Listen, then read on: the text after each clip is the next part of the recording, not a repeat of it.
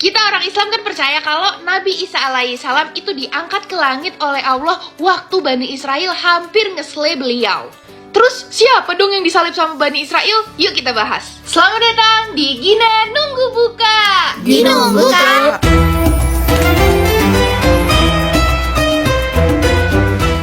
Jadi Nabi Isa alaihissalam ini adalah nabi terakhir yang diutus oleh Allah untuk kaum Bani Israel. Bani Israel ini adalah sebuah kaum yang dispesialkan tapi akhirnya malah laknat dan selalu ngelakuin hal-hal yang dibenci Allah. Bani Israel itu bahkan ngebunuh Nabi Isaiyah, Yahya, dan juga Zakaria. Cerita lengkapnya Bani Israel nanti kita bahas ya di video selanjutnya.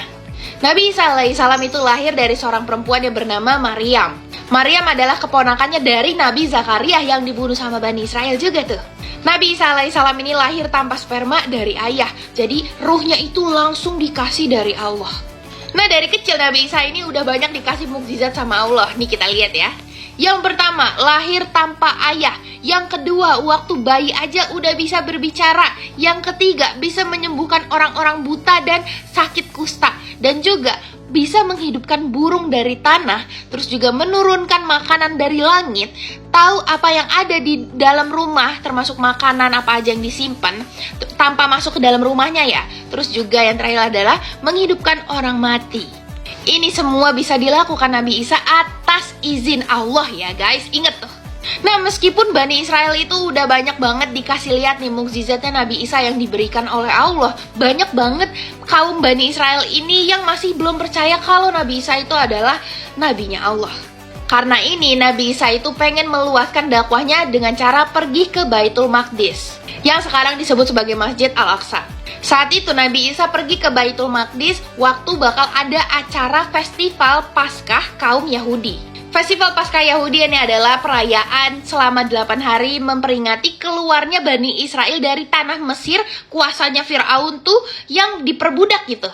Itu sebelumnya udah kita bahas ya di kisahnya Nabi Musa. Sebenarnya Bani Israel bisa keluar dari kuasanya Fir'aun itu juga sebab Nabi Musa. Tetep aja tuh mereka kagak percaya-percaya atas mukjizat Allah. Nah orang-orang ini tuh bakal berkumpul di Baitul Maqdis. Terus makanya ini Nabi Isa pengen kesana untuk sekalian berdakwah guys. Sampai di sana Nabi Isa ini malah menyaksikan para pemimpin Baitul Maqdis itu memakai uang jamaah untuk kepentingannya masing-masing. Korup lah intinya. Nabi Isa ini akhirnya berdakwah di hadapan pemimpin-pemimpin Baitul Maqdis itu untuk kembali beriman kepada Allah dan mengikuti kitab saat itu yaitu Injil. Tapi para pemimpin Baitul Maqdis itu mengira kalau Nabi Isa ini pengen ngehancurin ajaran Taurat dan Zabur. Padahal Taurat itu dibawa sama Nabi Musa yang mengimani Allah juga. Dan juga Zabur itu dibawa sama Nabi Daud yang mengimani Allah juga guys. Jadi intinya Nabi Isa ini cuma pengen nyempurnain dua ajaran itu pakai kitab Injil.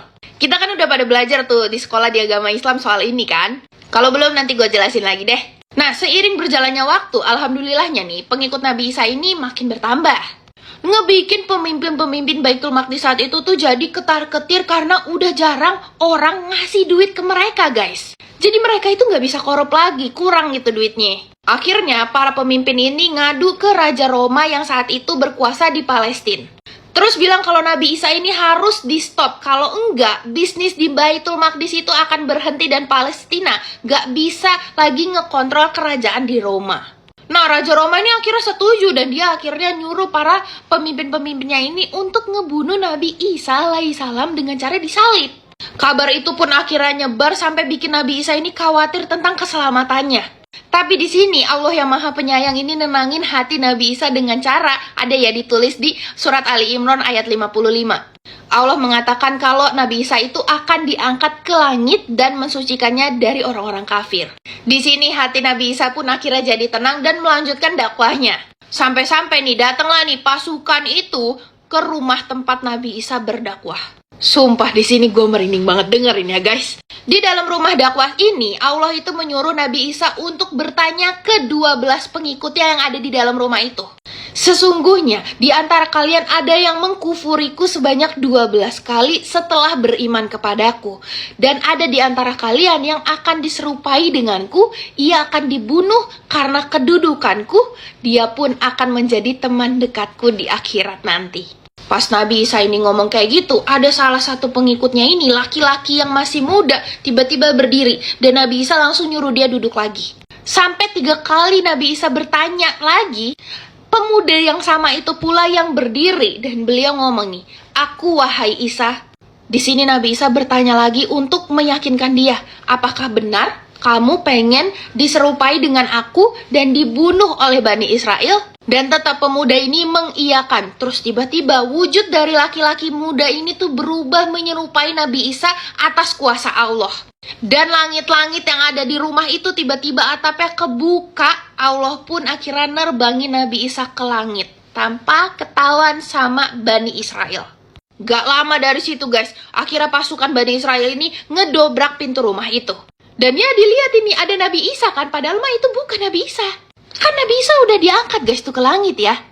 Ini tuh persis yang dijelasin di surat An-Nisa ayat 157-159. Singkat cerita, yang menyerupai Nabi Isa ini akhirnya dibunuh sama Bani Israel dengan cara disalib. Nah, dari 11 pengikutnya sisanya nih yang di dalam rumah itu terbagi menjadi 3 kubu guys. Kubu yang pertama mengatakan Allah berada di tengah-tengah kita sesuai kehendaknya, kemudian dia naik ke langit. Kubu kedua mengatakan di tengah-tengah kita ada anak Allah sesuai kehendaknya, kemudian ia naik ke langit. Di kubu ketiga mengatakan di tengah-tengah kita ada hamba Allah dan Rasulnya sesuai kehendaknya, kemudian ia naik ke langit. Bisa tebak kan kita para muslim ini kubu keberapa? Yap, ketiga. Tapi lo tahu dari 2 kubu ini memerangi kubu ketiga muslim ini supaya mereka binasa guys. Disinilah nih Allah akhirnya mengutus Nabi Muhammad SAW untuk menyelamatkan para muslim saat itu. Nah, tanpa Bani Israel tahu guys, mereka ini udah nyia-nyiain kesempatan terakhir buat beriman kepada Allah loh guys. Karena setelah Nabi Isa, Allah itu nggak lagi mengutus Nabi baru untuk kaum Bani Israel. Nah, dalam hadis riwayat Imam Bukhari dan Muslim disebutin kalau Nabi Isa ini nanti akan turun menjelang hari akhir dari langit tuh ke bumi dan membunuh Dajjal, juga matahin salib, menggunakan hukum syariat yang dibawa oleh Nabi Muhammad SAW. Terus juga menurut hadis di riwayat Muslim, Nabi Isa itu setelah turun dari langit, beliau akan tinggal di bumi selama 7 tahun sebelum akhirnya wafat dan disolatkan oleh kaum muslimin. Tapi perlu kalian tahu nih, saat itu datang itu udah kayak menghitung detik guys sebelum sangkakala ditiupin. Serem banget. Oke, selanjutnya kita bahas apa? Komen dong.